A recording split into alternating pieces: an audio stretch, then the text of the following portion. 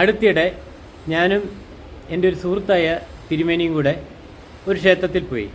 അപ്പം തിരുമേനിക്ക് പിതൃപൂജ നടത്താൻ വേണ്ടിയാണ് ഞങ്ങൾ പോയത്. അവിടെ ചെന്ന് രസീതെല്ലാം എഴുതി പിതൃപൂജ നടത്താനായിട്ട് തിരുമേനിയും ഞാനും ക്ഷേത്രത്തിൽ നിൽക്കുകയാണ്. അപ്പോഴാണ് അവിടുത്തെ മെയിൻ പൂജാരി വരുന്നത്.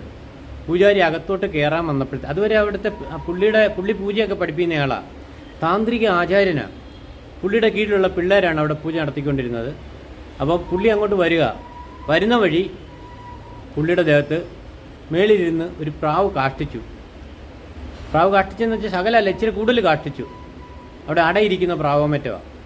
അപ്പം പുള്ളി ആ പയ്യന്മാരിൽ ഒരാളെ വിളിച്ചു, എടാ ഒരു തോർത്തെടുത്തുകൊണ്ട് വരാൻ. ഒരുത്തൻ തോർത്തെടുത്തുകൊണ്ട് വന്നു.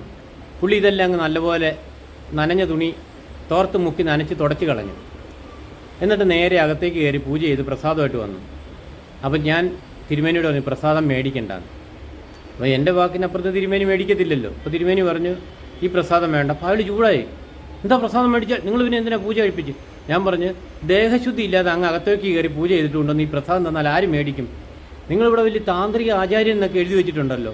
ഇപ്പോൾ പ്രാവിൻ്റെ പുരികൻ ദേഹത്ത് വീണു, അതൊരു തോർത്തോണ്ട് തുടച്ചിട്ട് നിങ്ങൾ അമ്പലത്തിനകത്തോട്ട് കയറി ഈ അമ്പലം കൂടെ അശുദ്ധമാക്കിയിട്ട് അവിടെ നിന്ന് പൂജ ചെയ്തിട്ടാണ് ഈ പ്രസാദം കൊണ്ട് തരുന്നതെന്ന്. അതിനൊന്നും അത്ര വലിയില്ല, കാരണം പ്രാവിൻ്റെ കാഷ്ടത്തിനകത്ത് അശുദ്ധി ഇല്ലെന്ന്. ഞാൻ വണ്ടറടിച്ചു പോയി. ഇയാളൊക്കെ പഠിച്ചിരിക്കുന്ന ശുദ്ധി എന്താണ്, വൃത്തി എന്താണ്?